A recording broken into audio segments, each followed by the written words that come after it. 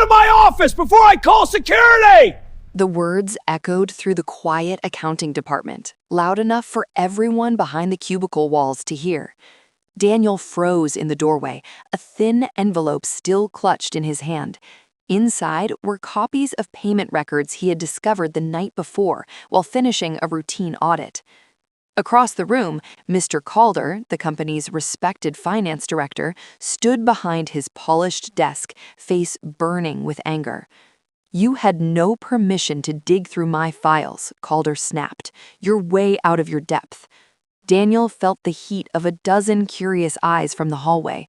For 3 years, he had worked quietly in the company, checking numbers, fixing mistakes, and staying invisible. But the numbers he found last night weren't mistakes. They were patterns.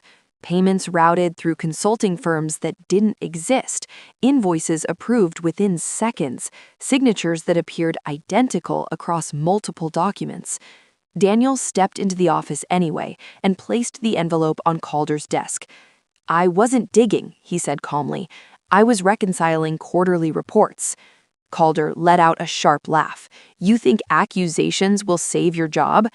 Outside the glass walls, employees had stopped pretending to work. Daniel opened the envelope and slid the documents forward.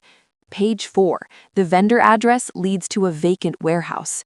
Calder's smile faded. "And page 9, Daniel continued, lists an approval code registered under your login." Silence filled the office. Moments later, the door opened again. But this time, it wasn't security. It was the CEO.